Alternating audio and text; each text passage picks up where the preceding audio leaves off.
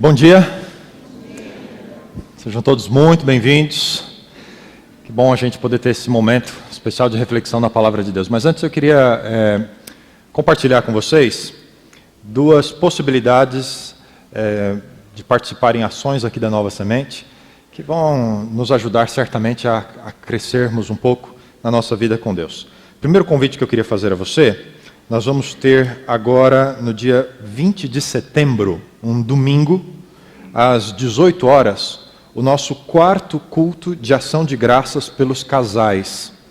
Nós tomamos essa iniciativa há alguns anos de ter um encontro anual em que marido e mulher agradecem a Deus, renovam seus votos e buscam a renovação da bênção de Deus também sobre a sua família.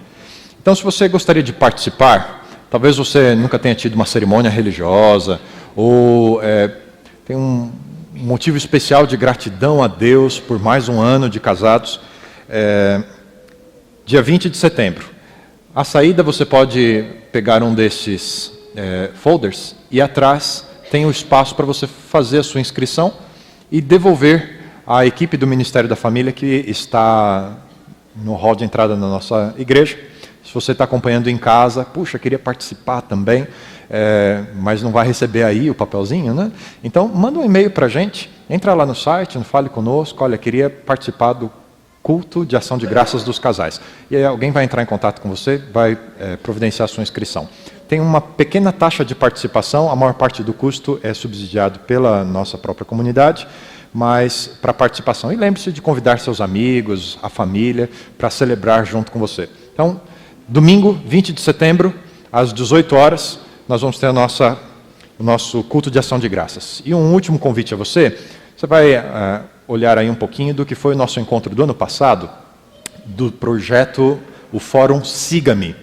Nós começamos o ano passado um encontro anual também, 2 dias, de reflexão sobre o significado de seguir Jesus Cristo hoje. Então, você está vendo algumas imagens do que foi o nosso encontro ano passado. Diversos oradores da Igreja Adventista vieram e trouxeram textos instigantes a respeito do significado de submissão a Deus, comunhão com Deus, vida em comunidade e o impacto de tudo isso na nossa experiência de seguir Jesus Cristo. O encontro deste ano vai ser no mês de outubro, nos dias 25 e 26, domingo e segunda-feira, das 9 da manhã às 5 da tarde, também um time grande de alguns acadêmicos, eruditos, comunicadores, que vão compartilhar conosco insights através das parábolas de Jesus sobre como seguirmos a Jesus Cristo. Inscreva-se pelo site www.sigame.org. Lá você tem a oportunidade de fazer a sua inscrição. Vai ser direcionado para o site direitinho. Participe, tá bom? Bem, estamos na série Nos Jardins de Babilônia e estamos estudando a cada semana um capítulo da parte histórica do livro de Daniel.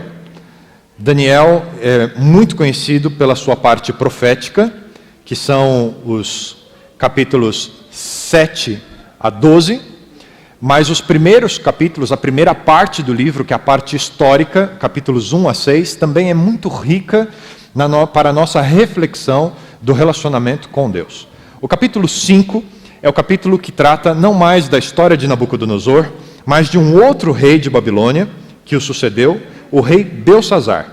E eu queria convidar você a irmos até o capítulo 5, versos 1 e 2.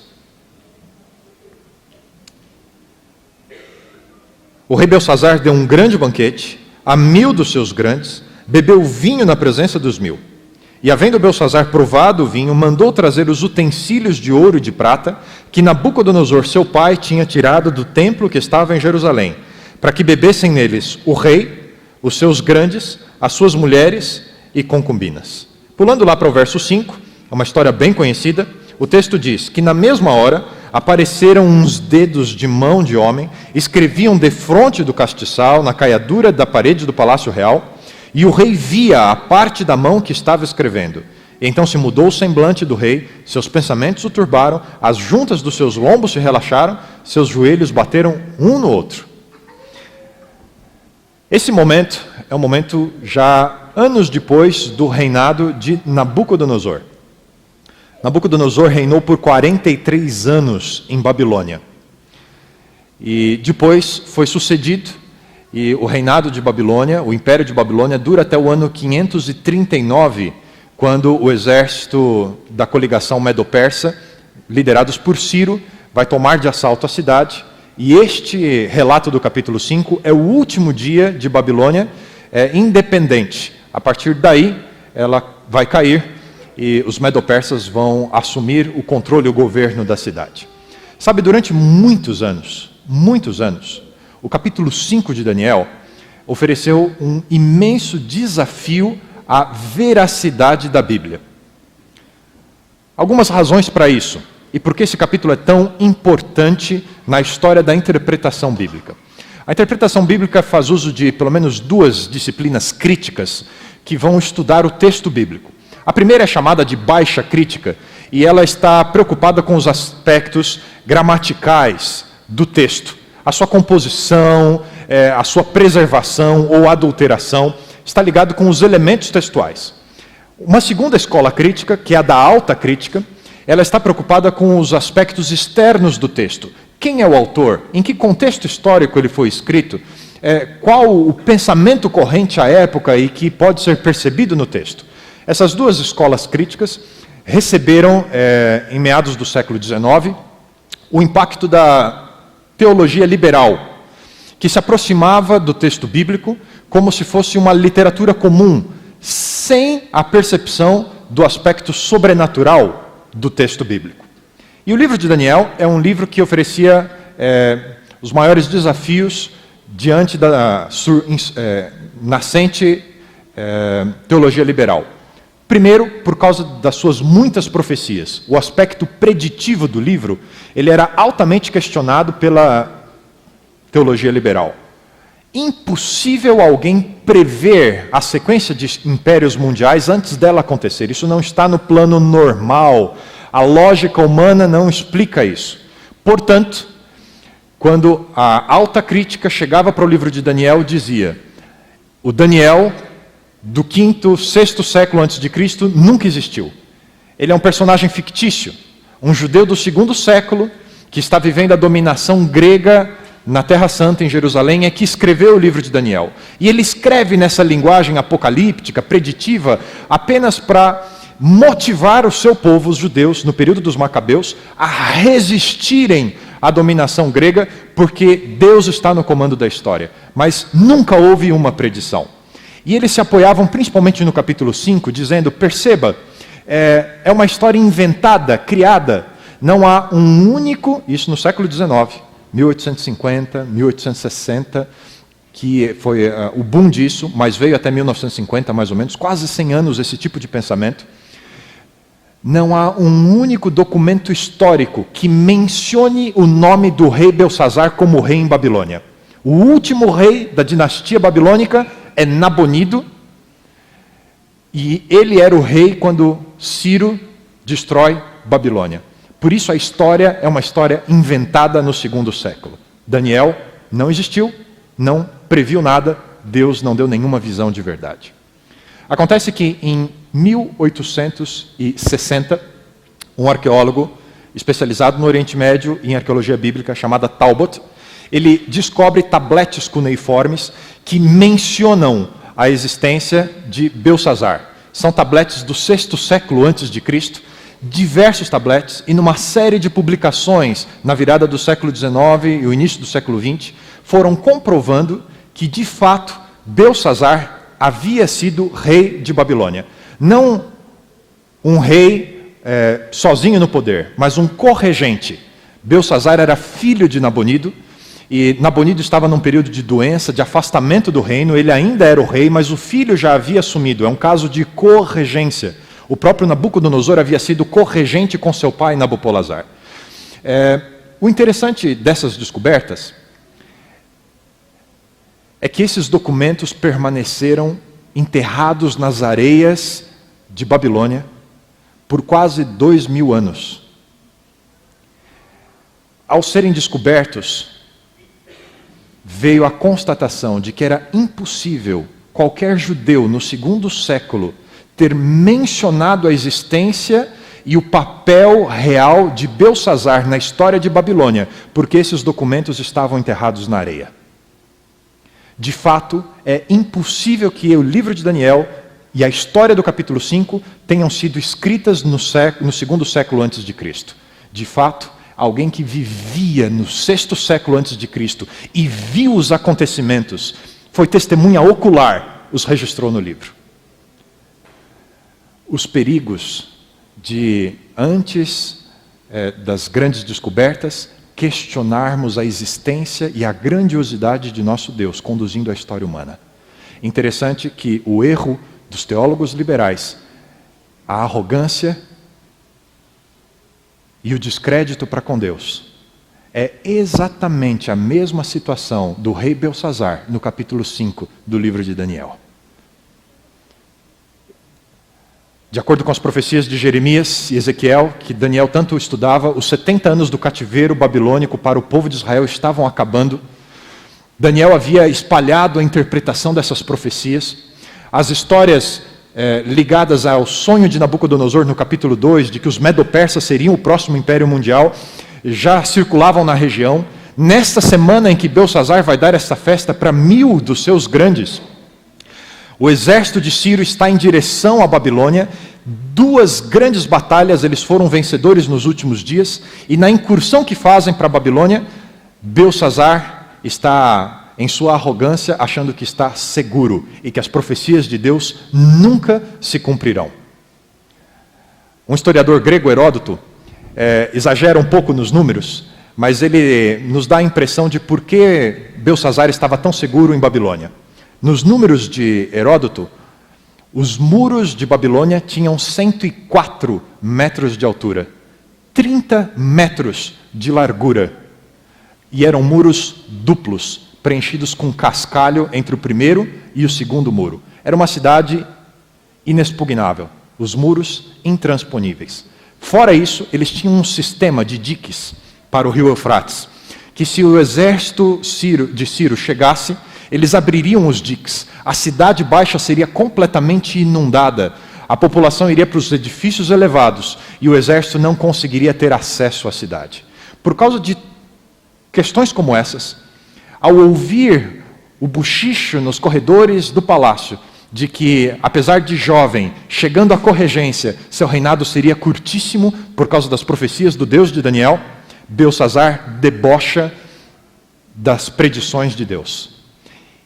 E algo que era incomum para os reis do Oriente Médio, havia um certo respeito com as religiões dos outros povos, mas a certa altura da festa, embriagado pelo vinho, Belsazar pede para trazerem os objetos de culto sagrado de Deus, lá do templo de Jerusalém, que estavam guardados no templo de Marduk.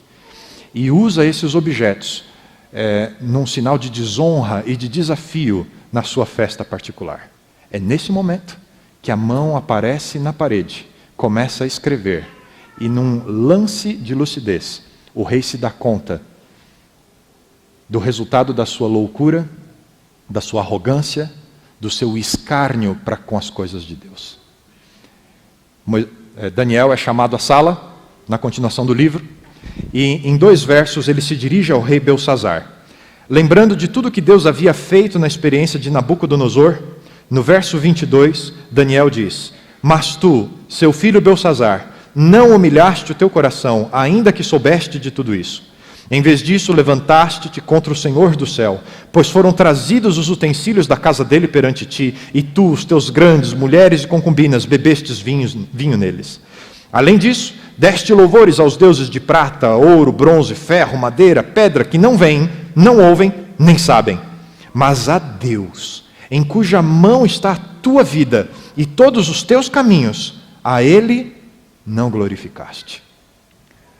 Em algum momento, vimos a semana passada, as nossas decisões nos alcançam. E aqui estava Belsazar. A grande pergunta que fazemos nesse capítulo, e o grande tema do capítulo 5 de Daniel é: o que leva alguém a zombar de Deus? O que leva alguém a, em sua arrogância, trazer escárnio para Deus, vergonha, diminuir Deus? Aquilo que na Bíblia poderíamos chamar de o pecado da blasfêmia. Diminuirmos Deus da sua exaltada posição. Estudando um pouco esse assunto, eu separei pelo menos 3 condições, 3 atitudes que nos levam a criar insensibilidade espiritual, a termos uma falta de discernimento espiritual, a não percebermos as ações, as palavras, a influência de Deus na nossa vida e zombarmos dele. A primeira dessas atitudes é cultivar uma mente carnal.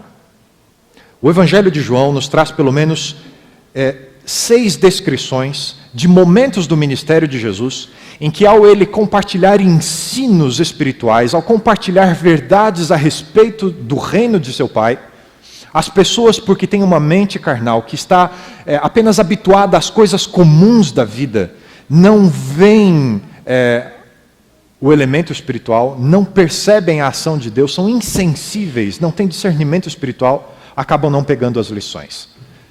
6 momentos no Evangelho de João em que as pessoas não compreendem os ensinos de Jesus por causa da sua mentalidade carnal. O primeiro deles, João capítulo 2, verso 20.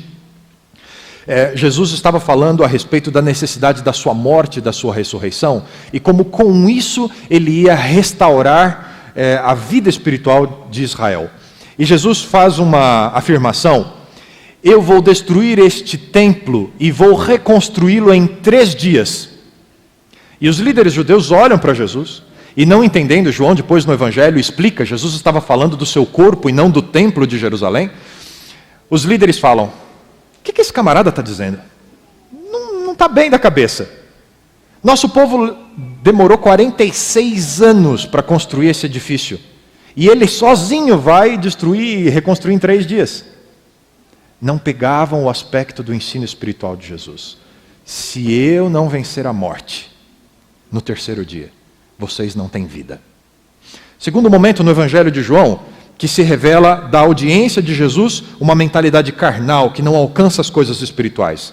Capítulo 3, verso 4 de João, o encontro de Jesus com Nicodemos. Jesus olha para Nicodemos e percebe que Nicodemos tem uma série de aspectos da sua própria natureza que precisam ser mudados. E Jesus diretamente fala para Nicodemos: Nicodemos, você precisa nascer de novo. Nicodemos para outra vez e fala: o que você está falando? Como que um homem adulto vai voltar para o ventre da sua mãe e nascer de novo? O que é esse negócio de nascer de novo? Jesus dizia: você sendo um líder espiritual não entende de coisas espirituais. Você precisa nascer espiritualmente. Você precisa passar pela conversão, nascer do Espírito de Deus. Mas a mentalidade carnal de Nicodemos o impedia de ter discernimento espiritual. Ainda no Evangelho de João, terceiro momento que João destaca essa constante da audiência de Jesus, capítulo 4, verso 11. Jesus está do lado da mulher samaritana, naquele poço, pede à mulher água. A mulher começa uma conversa com Jesus: por que eu tenho que te dar água? E Jesus disse: se você soubesse quem está te pedindo, você é que pediria, e ele daria a você água viva. A mulher olha para Jesus e fala: não estou vendo você nem com corda nem com balde, de onde é que você vai tirar essa água? Não entendia que Jesus estava falando de perdão, graça, paz, nova oportunidade de reconstruir a vida, tudo o que ela precisava. Não entendia o aspecto espiritual do que Jesus estava apresentando a ela. Evangelho de João, no mesmo capítulo 4, enquanto Jesus estava com as mulheres, ele havia enviado os discípulos a buscar comida na pausa do meio-dia. Quando os discípulos chegam, Jesus está falando que ele já tem uma comida que ele precisa comer. Depois o Evangelho de João explica que a comida de Jesus é fazer a vontade do meu Pai. Eu não estou com fome porque eu estava aqui cumprindo a vontade do meu Pai. Isso é o meu alimento. Eu estava trazendo salvação, graça, esperança para a vida dessa mulher. Mas ao falar de comida, os discípulos olham uns para os outros e o texto no verso 33 diz: mas quem trouxe comida para ele? A gente está procurando comida em vão, né? E alguém já trouxe? Cadê a comida? Não estou vendo comida. Eles também não entendiam que Jesus estava falando de coisas espirituais. A comida como a vontade de Deus. Capítulo 6. Depois do episódio da multiplicação dos pães, a multidão se reúne no dia seguinte esperando mais pão. Outro milagre de Jesus. E Jesus os repreende duramente e diz: sabe o que vocês precisam comer? Qual é o alimento que vocês precisam? Vocês não vão ter vida e não vão ter saciedade enquanto não comerem a minha carne. E eles de novo estranharam, a audiência toda. Que camarada esquisito esse. vai fazer bife de si mesmo e dá para a gente. Quem vai querer comer essa carne? E não entendiam que Jesus estava falando de que enquanto pela fé não o aceitamos como seu substituto, enquanto o corpo, o sangue de Jesus não passa a ser nosso pela fé, não temos salvação e perdão. Não temos esperança de vida eterna. Gente com a mentalidade carnal, pensando no pão, desprezam o pão espiritual. Finalmente, João capítulo 11, verso 12. Jesus acabara de receber a notícia de que Lázaro morrera. Ele olha para os seus discípulos e com uma tristeza enigmática para eles, Jesus diz: nosso amigo Lázaro dorme. Os discípulos ouviram aquilo e disseram: bom, então está bem, né? Se foi dormir é porque está se recuperando, já está podendo descansar um pouquinho, né? E não entendiam que Jesus falava da realidade da morte como um sono. A morte é possível de ser despertada, de ser revertida. Não entendiam esse aspecto, essa verdade espiritual que Jesus estava compartilhando com eles. Mentalidade carnal. Estamos apenas acostumados com as coisas da rotina do dia a dia e não aprendemos as grandes lições de Deus. Segunda condição que nos proporciona a falta de discernimento espiritual, inabilidade de distinguir as ações e a voz de Deus na nossa vida. Lucas capítulo 12, verso 56, Jesus diz o seguinte: hipócritas, vocês interpretam o céu tão bem, mas se recusam a ouvir os conselhos sobre a crise que virá. Veja, Jesus menciona qual é a condição que impede as pessoas de compreenderem coisas espirituais, de compreenderem os avisos de Deus, a orientação de Deus para suas vidas, mesmo uma advertência contra a destruição que está próxima. Jesus chama esta condição de hipocrisia, falsidade, dissimulação. É quando o que eu falo é diferente do que eu faço. É quando nas minhas palavras eu sou religioso, mas nas minhas ações eu não sou mundano, sou carnal, sou pecador. Mas finjo para todas as pessoas que sou religioso, mas vivo, na verdade, como um não religioso. E essa dupla linguagem que eu faço, em algum momento me confunde e me atrapalha. E a hora que Deus vai falar comigo, eu não distingo a sua voz, porque estou tão envolvido com a prática do pecado, apesar do discurso religioso, que eu não consigo ouvir o que Deus fala. Hipocrisia. Eu me lembro quando estava fazendo as pesquisas para a dissertação de mestrado, fui à biblioteca da universidade para dar uma olhadinha no que já havia sido feito, e teve um tema que me chamou muito a atenção, um outro pesquisador havia escrito a respeito disso. Conteúdo religioso das canções populares brasileiras, como diversos compositores, autores, bandas escrevem a respeito de conteúdo religioso nas suas músicas. E uma delas me chamou muito a atenção, uma banda de rock brasileiro chamada Legião Urbana. O seu letrista, Renato Russo, escreve numa das músicas o seguinte: como um anjo caído, fiz questão de esquecer que mentir para si mesmo é sempre a pior mentira. Em algum momento o mentiroso se esquece que está fingindo e vive a plena realidade das escolhas que fez. Esquecer que está fingindo. Essa duplicidade na vida nos impede de ouvir Deus falando com a gente. Somos pegos na nossa própria armadilha. Enganamos tão bem os outros que passamos a enganar a gente e não ouvimos a mensagem e as ações de Deus na nossa vida. Terceira condição que nos leva à falta de discernimento espiritual, a uma inabilidade de compreender a ação de Deus na nossa vida. O desprezo pelas coisas de Deus. Hebreus capítulo 5, verso 11, Paulo diz: existe muito mais que eu gostaria de falar nestas linhas, mas vocês parecem não prestar atenção. Portanto, é difícil, muito difícil, fazê-los compreender. Sabe aquele momento que a gente não está a fim de ouvir alguma coisa? E a gente simplesmente não presta atenção? Hoje em dia é muito fácil, né? É só abrir o celular. E vai fazer outra coisa, né?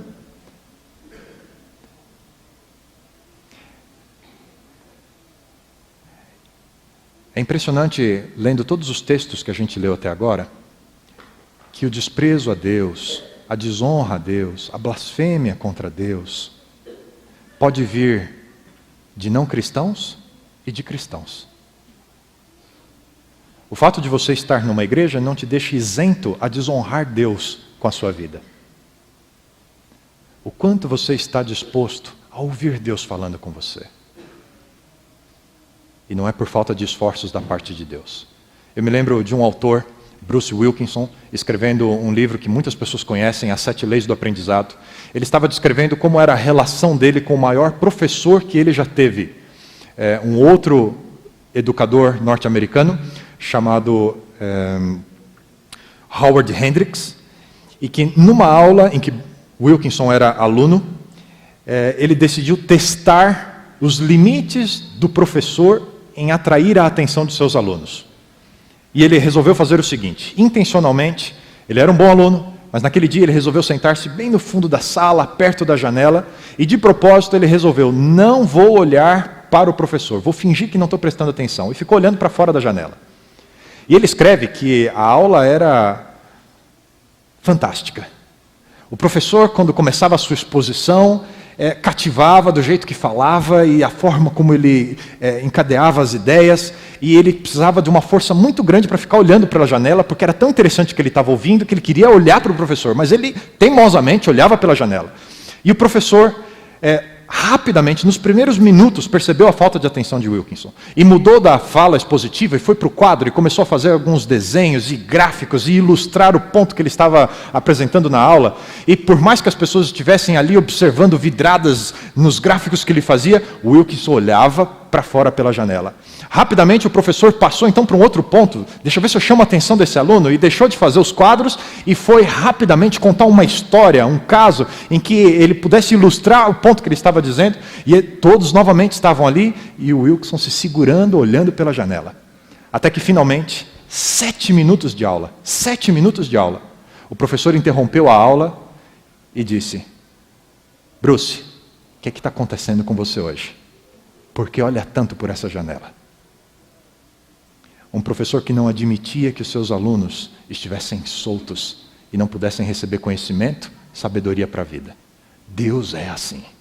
Deus trabalha o tempo inteiro para conquistar a nossa atenção, para colocar no nosso caminho imagens, ensinos, atos que nos conduzem a uma maior sensibilidade espiritual, a estarmos mais próximos dele, a recebermos dele sabedoria para a vida. Mas quando nós desprezamos, não estamos interessados, por mais que Deus se esforce, nós não conseguiremos compreender coisas espirituais. Qual a solução para esses obstáculos? A fé e a vida com Deus.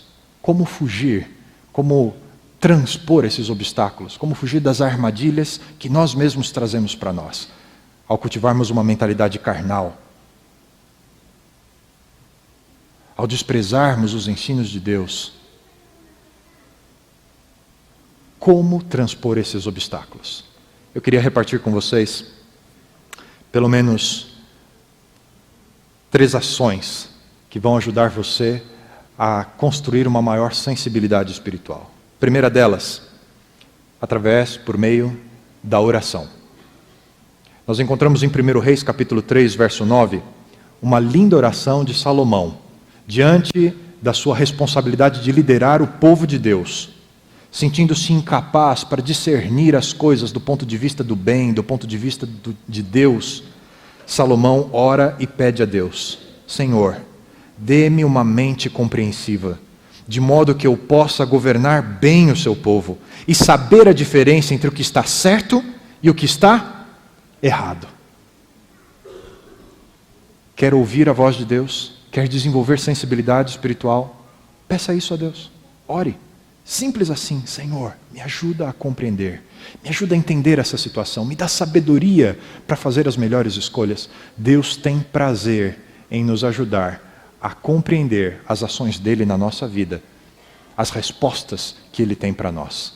Jesus falou isso diversas vezes aos discípulos. Tenho tanto para falar com vocês e vocês não estão prontos para entender. Quer entender? Peça a Deus. Da mesma forma como Jesus levou os discípulos à parte e explicava os seus ensinamentos, Deus quer conduzir você. ore a Deus. Me lembro nas minhas aulas de aconselhamento pastoral. Quando você for ouvir a história de alguém, ore. Peça a Deus para você entender a história por detrás da história. Muitos de nós têm dificuldade de dizer qual é o real problema. Às vezes temos vergonha dele e às vezes nem conseguimos entendê-lo completamente. E quando estamos conversando com alguém, se essa pessoa pede sabedoria divina, Deus vai ajudar a compreendermos a nossa história, a compreendermos as soluções, as respostas que Ele dá para nós. Segunda questão, segunda ação para desenvolver sensibilidade espiritual. Receba o Espírito Santo e permita que Ele guie você à palavra de Deus. Isaías capítulo 11, versos 2 e 3, nos fala a respeito de Jesus e diz: o Espírito do Senhor estará nele, Espírito de sabedoria, de entendimento, Espírito de conselho e de poder, Espírito de conhecimento e temor do Senhor. Ele terá prazer em obedecer ao Senhor, e Ele não julgará pelo que puder ver à primeira vista, nem pelo que ouvir dizer. Fantástico o segredo de Jesus em todo o seu discernimento e toda a sua sensibilidade espiritual. Era o Espírito Santo que conduzia Jesus a entender as coisas e fazer os seus julgamentos e a distinguir o certo do errado. E ele levava Jesus à palavra. Constantemente, quando Jesus era desafiado, ele respondia: está escrito, está escrito. Sabe, tem gente que zomba de Deus, fugindo da palavra e achando que apenas o Espírito é suficiente. Se é o Espírito de Deus, Ele vai guiar você à palavra de Deus. E quanto mais você conhece a palavra de Deus, quanto mais você tem intimidade com o Espírito Santo de Deus, mais sensibilidade espiritual você tem. Conta-se uma história de um caipira que estava no seu trabalho rotineiro, trabalhava num canavial, cortava cana. De repente ele olhou para o céu e teve uma visão. As nuvens formaram letras e ele via VCC. Como ele era muito religioso, interpretou rapidamente aquelas letras com o significado: vai, Cristo chama. E ele achou que tinha que ir pregar o Evangelho. Rapidamente procurou o pastor de sua confiança para contar toda a história, e o pastor, surpreso diante do relato, disse: mas para pregar o Evangelho é preciso conhecer a Bíblia. Você conhece a Bíblia o bastante para sair mundo afora pregando a mensagem? Falou: não, o Espírito Santo ajuda, pastor, fica tranquilo. Mas você conhece um pouco da Bíblia? Não, conheço um pouco da Bíblia. Qual a parte da Bíblia que você mais gosta? Eu gosto das parábolas de Jesus. E das parábolas, qual é que você mais gosta? Eu gosto da parábola do bom samaritano. E o pastor, tentando saber se o homem estava de fato habilitado, se o Espírito Santo era suficiente na vida daquele sujeito, pediu: você não quer pregar para mim? Conta para mim a parábola do bom samaritano. E o caipira começou então a contar a parábola na sua versão. Descia um homem de Jerusalém para Jericó e caiu entre os salteadores. E ele lhes disse: varões irmãos, escutai-me, não tenho prata nem ouro, mas o que tenho isto te dou. E entregou-lhes os seus bens. A um deu 5 talentos, a outro 2, a outro 1, cada um segundo a sua capacidade. E partindo dali foi conduzido pelo Espírito ao deserto, e tendo jejuado 40 dias e 40 noites teve fome. E os corvos alimento lhe traziam, pois alimentava-se de gafanhotos e mel silvestre. E sucedeu que, indo ele andando, eis um carro de fogo ocultou a vista de todos. A rainha de Sabá viu isso e disse: não me contaram nem a metade. Depois disso ele foi até a casa de Jezabel, a mãe dos filhos de Zebedeu, e disse: tiveste 5 maridos, o homem que agora tens não é teu marido. E olhando ao longe, viu a Zaqueu pendurado pelos cabelos numa árvore, e disse: desce daí, pois hoje almoçarei na tua casa. Veio Dalila, cortou-lhe os cabelos, e os restos que sobraram foram 12 cestos cheios para alimentar a multidão. Portanto, não andeis inquietos dizendo: que comeremos? Pois o vosso Pai Celestial bem sabe que necessitais de todas essas coisas. E todos os que ouviram se admiraram da sua doutrina. Empolgado, o caipira disse: e aí, o Espírito me usou ou não? O pastor, preocupado, olhou para o caipira: amigo, eu acho que aquelas letras VCC, em vez de vai, Cristo chama, sugiro que você leia: vai cortar cana.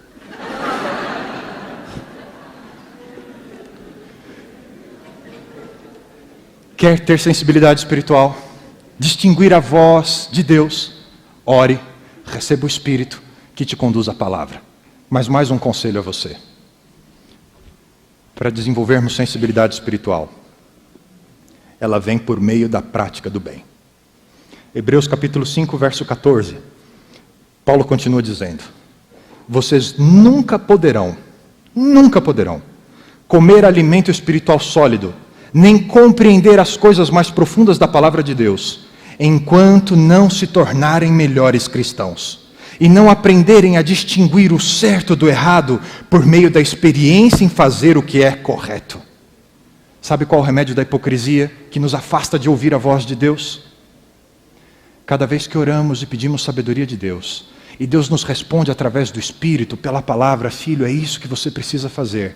E nós, humildemente e corajosamente, colocamos em prática aquilo que Deus está nos pedindo. Vez após vez, fazendo o que é certo, vamos ficando mais sensíveis para distinguir o certo do errado. Quanto mais fazemos o que é errado, mais temos dificuldade em distinguir o certo. Mas quanto mais fazemos o que é certo, pela direção de Deus na nossa vida, mais percebemos a direção de Deus, mais discernimento espiritual.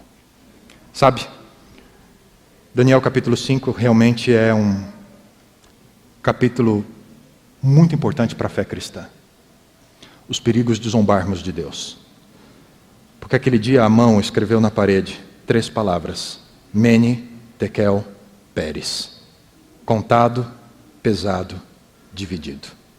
Podemos passar uma vida achando que podemos fingir estar do lado de Deus e achar que zombar de Deus não traz consequências. Mas o juízo um dia virá. Um dia seremos contados, um dia seremos pesados, e um dia o nosso destino será dividido entre vida eterna e morte eterna. Assim como os críticos de Daniel e da Bíblia zombam de Deus, do seu poder de ver o futuro, o rei Belsazar zombava de Deus em seu poder de ver o futuro. Eu e você precisamos ter a certeza de que Deus já viu o nosso futuro, e pela sua graça, pelo seu perdão, pela sua misericórdia, se ouvirmos a sua voz e abrirmos espaço no nosso coração, o nosso futuro é a vida eterna em Cristo Jesus. Ainda estamos nos jardins de Babilônia, onde as pessoas descreem. Mas está chegando o dia, dizem as previsões de Deus, através das profecias de Daniel e Apocalipse, em que nós vamos atravessar esse rio. Alguns de nós vamos estar habituados a ouvir a voz de Deus e vamos entender que chegou a hora de entrar na água e cruzar o rio. Outros de nós acharemos que ainda estamos em segurança em Babilônia e podemos perder tempo. E será tarde demais para nós. Não perca a oportunidade. Renove hoje com Deus a sua oração: Senhor, me ajuda a ouvir tua voz. Me ajuda a parar de fingir que sou cristão e a experimentar transformação de verdade. Quer atravessar o rio? Cante com a gente e faça a sua oração.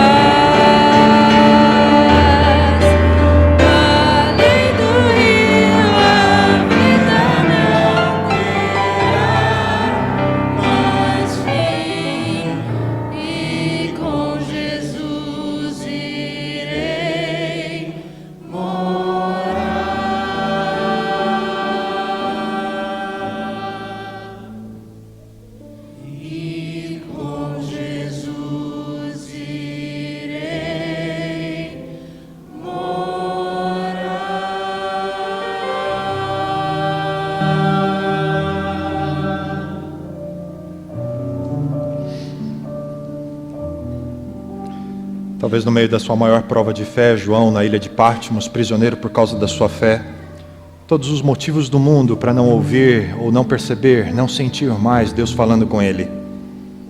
Olhando, quem sabe, o maior desafio à fé cristã de seus dias, a grande perseguição.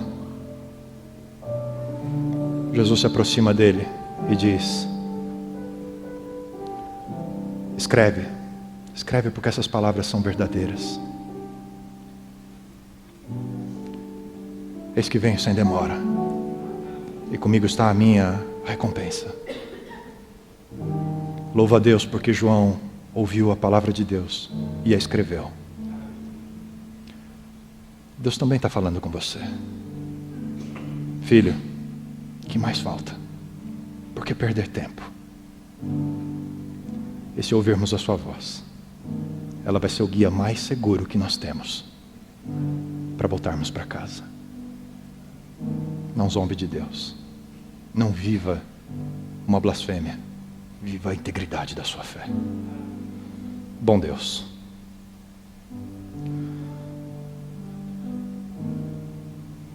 os obstáculos para ouvirmos a tua voz neste mundo barulhento são tão grandes. A rotina da vida que nos envolve e nos desenvolve uma mentalidade carnal, apenas acostumada com as coisas do nosso dia a dia, e que nos impedem de ouvir tua voz. A falta de seriedade que levamos a nossa vida contigo e a hipocrisia que vivemos, e que nos engana a nós mesmos, nos impede de ouvir tua voz. Quando trocamos a atenção que deveríamos dar ao Senhor falando conosco por diversas outras coisas, e mostramos o nosso desinteresse, a nossa desatenção pelas coisas espirituais, tudo isso contribui para não ouvirmos a tua voz. Mas se tem alguém aqui hoje que está vivendo, quem sabe, o momento mais desafiador da sua vida e precisa ouvir a tua voz, Senhor, toca o coração, nos tira desse isolamento espiritual, não nos faça pecar contra ti, nos dá a sensibilidade de orarmos e implorarmos para que o Senhor fale conosco, nos dá do teu Espírito que nos conduz à tua palavra e que nos torna claro o teu sonho, o teu desejo, o teu plano para a nossa vida. E ajuda-nos a viver a verdade do teu Evangelho, para que sejamos maduros espiritualmente falando, para que estejamos prontos para receber alimento sólido, alimento de adulto, alimento daquele que cresceu na fé e aprendeu a ouvir a tua voz. Se é a oração que podemos fazer, repetimos a oração de Salomão. Nos dá uma mente que possa compreender a diferença entre o certo e o errado, e a sermos uma bênção para o teu povo. Ouve a nossa oração. Te pedimos por Jesus. Amém. Deus abençoe você.